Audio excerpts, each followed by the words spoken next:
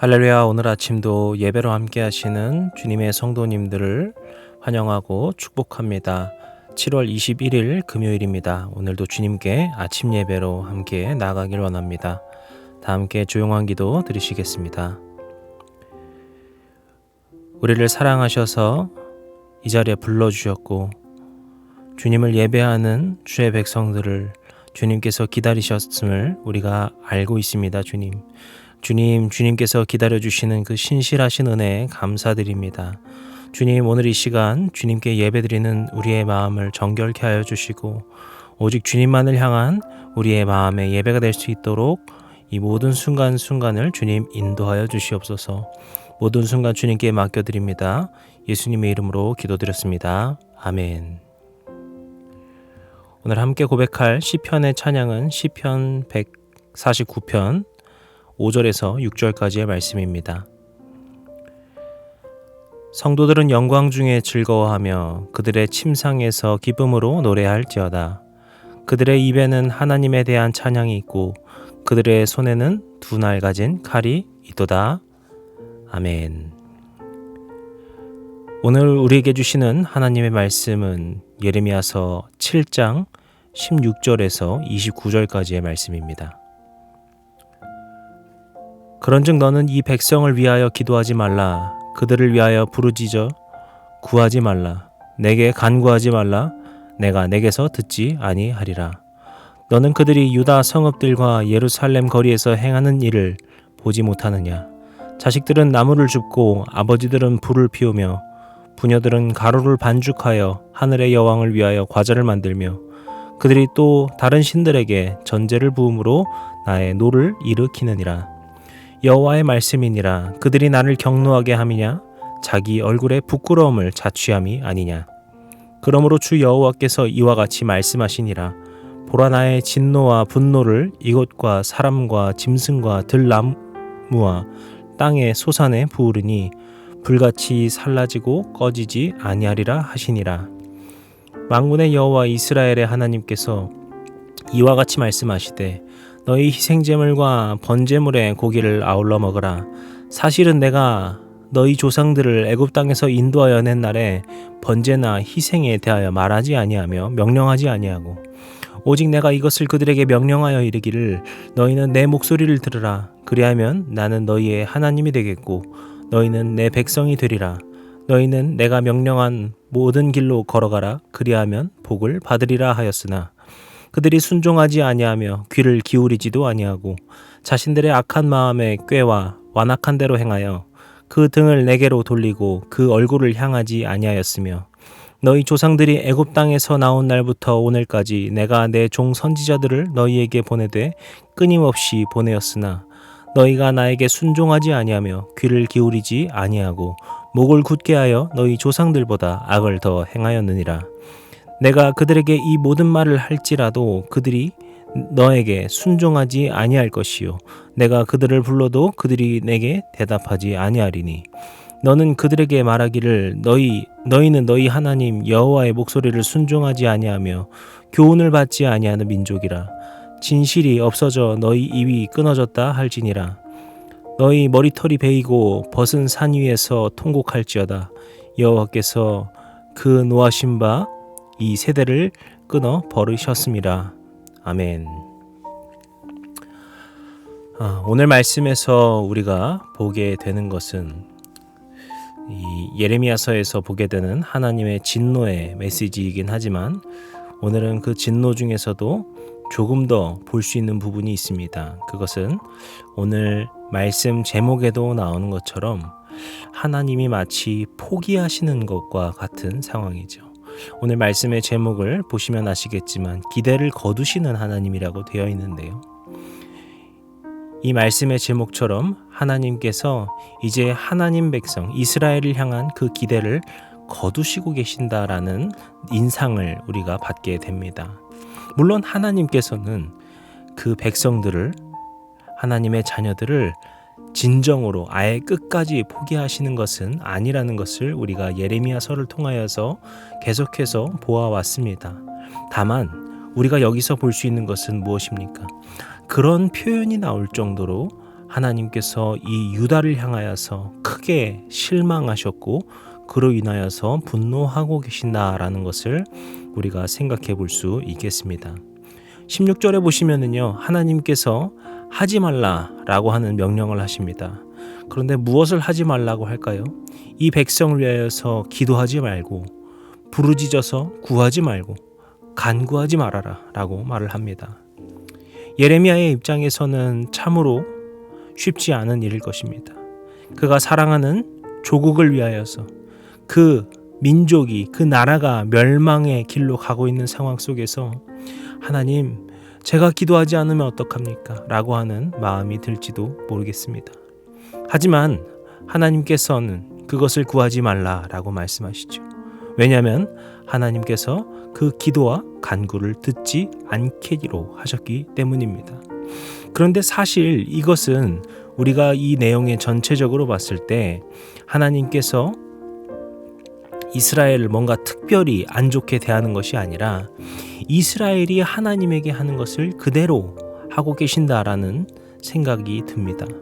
왜냐하면 이스라엘이 하나님의 말씀을 듣고 있지 않았기 때문이죠. 그 이야기는 우리가 뒤이어서 하기로 하고요. 이 16절에서 보시게 되면은 하나님께서 유다를 부르시는 표현도 우리가 주목할 필요가 있는데요. 하나님께서 이 백성을 위하여서 기도하지 말라 이런 표현을 하십니다. 더 이상 유다가 나의 백성, 하나님의 백성이 아니라는 것이죠. 이 백성, 저 백성, 다른 곳에 있는 마치 다른 백성처럼 표현하고 계시는 것을 알 수 있습니다.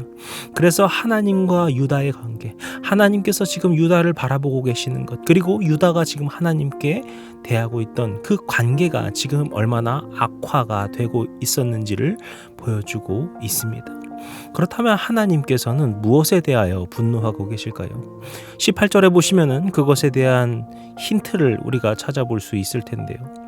여기서 나오는 행동은 가나안 지역의 풍요를 위한 제사의 행동이라고 알려져 있습니다. 그런데 이것을 누가 행하고 있습니까? 자녀들과 아버지와 부녀, 그러니까 여인들이 하고 있다라고 말을 하죠. 이것은 하나의 가족 구성원을 보여주는 것이거든요. 그렇기 때문에 개인에서 가족, 그리고 가족에서 국가가, 사회가 이루어지는 것처럼 이것은 이스라엘 전체가 이런 우상 숭배에 빠져 있다라는 것을 이야기하는 것입니다. 어느 특정 세력이, 어느 특정 집단이, 아니면 어느 특정한 사람들만이 이런 일을 벌이는 것이 아니라 이것이 유다 모두가 하고 있음을 보여주는 것이죠. 17절을 보시게 되면은 그 부분을 더욱더 자세히 알 수 있는데요. 그 일이 어디서 일어납니까? 유다 성읍과 예루살렘 거리에서 일어나고 있다 말씀하시죠. 유다 성읍 그리고 예루살렘 거리는 무엇을 말합니까? 지금 남유다의 최중심지에서 일어나고 있다는 것이죠. 중심지에서 그렇다는 것은 지금 뭔가 트렌드처럼 중심지에서 앞서가고 있다는 것이 아니라 이 중심지가 이러는 것이 온 지역에 다 퍼져서 모든 곳이 다 그렇다라는 것을 말하는 것이죠. 그래서 유다에 있는 모든 사람들 그리고 모든 지역이 이러한 우상 숭배로 더럽혀지고 있다는 것을 보여줍니다. 하나님의 백성이었던 유다가 완전히 타락한 모습을 보여주고 있는 것이고요.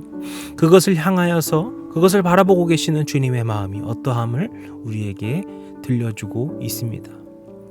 그런데 특별히 28절에서 나왔던 그 행위, 그것에 대해서 우리가 조금 더 묵상해 볼 필요가 있을 것 같습니다. 이것을 보시게 되면은요, 뭔가 굉장히 특별한 제사를 드리는 것이 아니라는 것을 우리가 볼 수 있어요.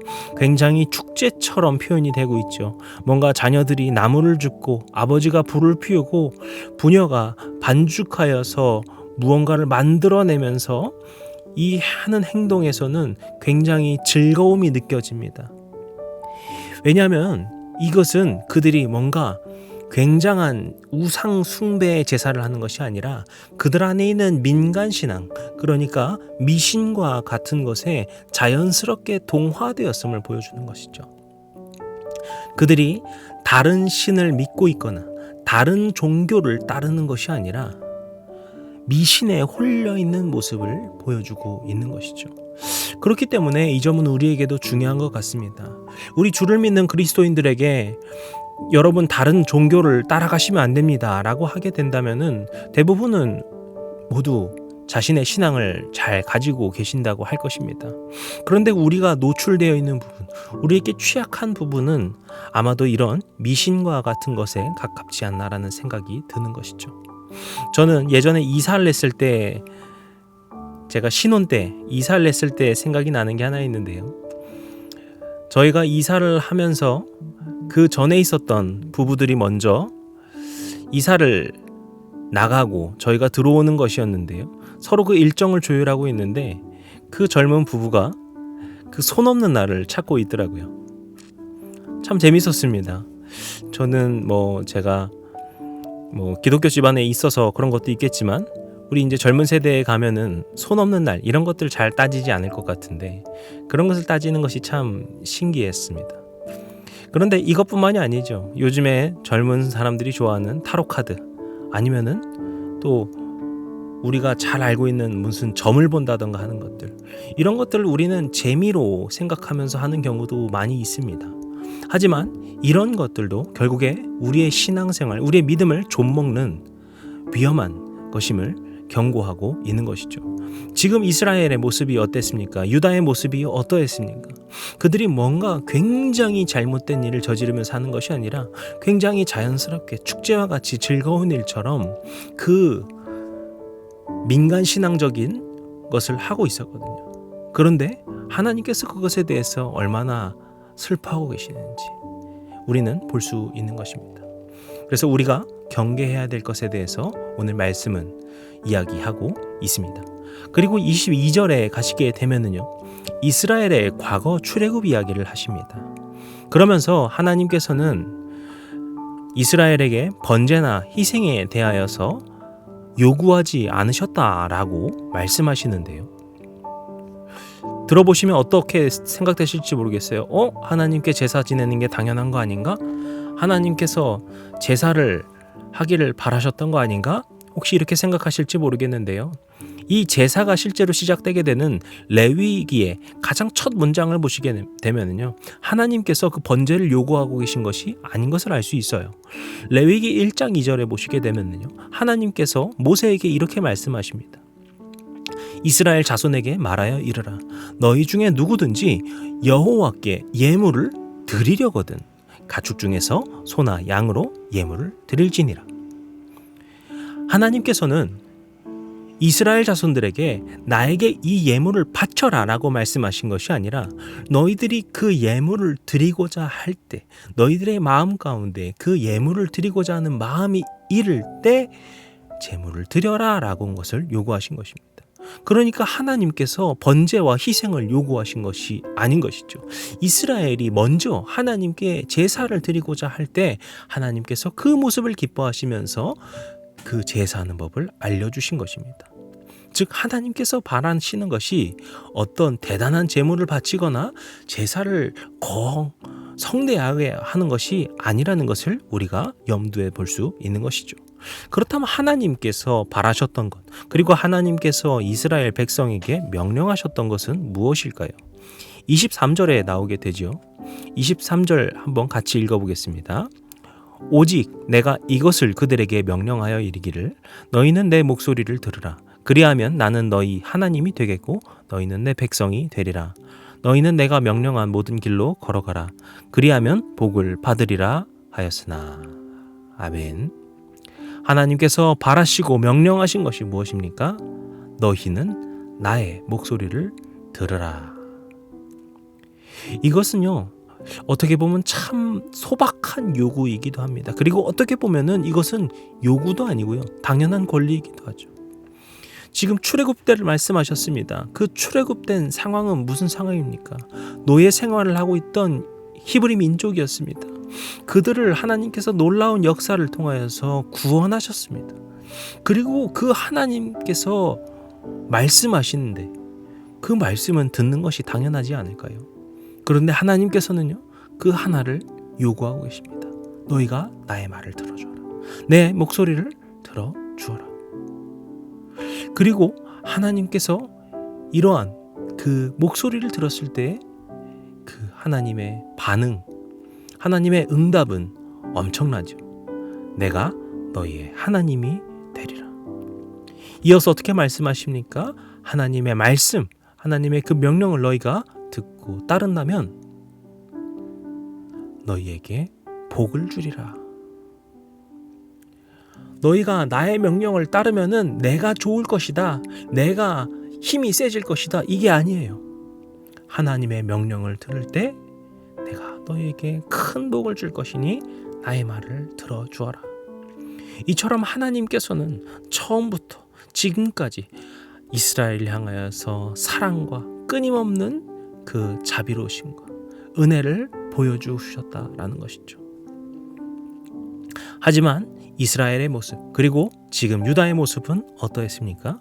그러한 하나님의 그 당연하면서도 너무나도 그 소박한 요구를 듣지 못하였고, 듣지 않았고, 따르지 않았습니다. 24절부터 27절까지 보시면은 그 하나님의 작은 명령에도 전혀 귀 기울이지 않고 오히려 더욱더 악을 행하고 있는 유다의 모습을 말씀하시죠.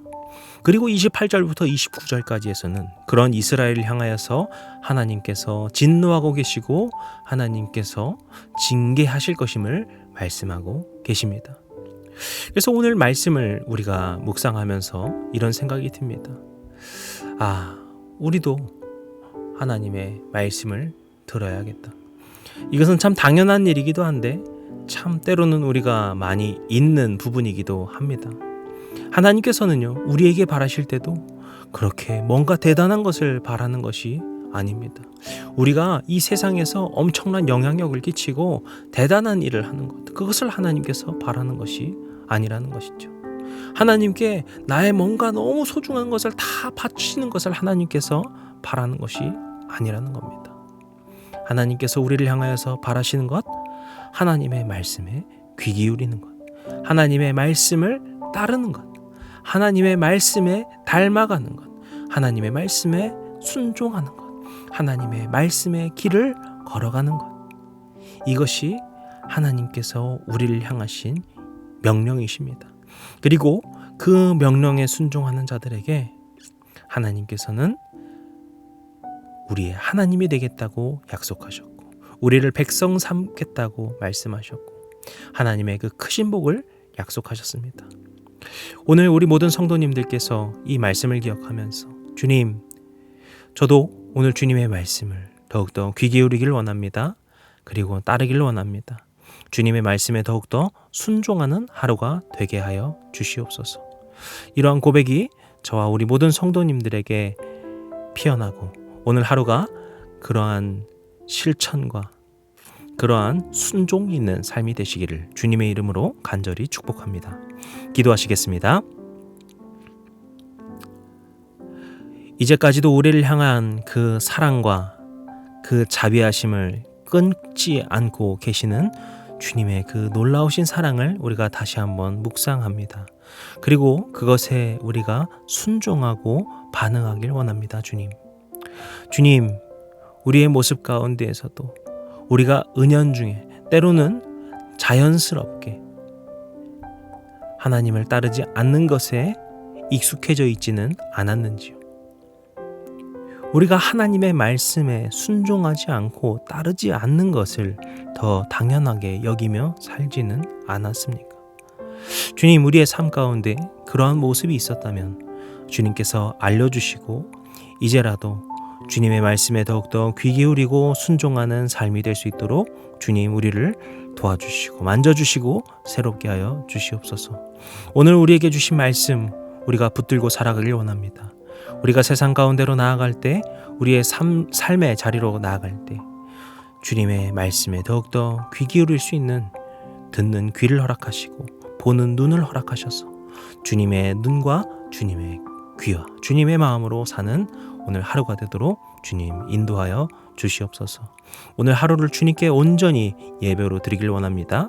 모든 말씀 예수님의 이름으로 기도드렸습니다. 아멘. 주기도문으로 예배를 마치겠습니다. 하늘에 계신 우리 아버지여, 이름이 거룩히 여김을 받으시오며 나라 임하옵시며 뜻이 하늘에서 이룬 것 같이 땅에서도 이루어지이다.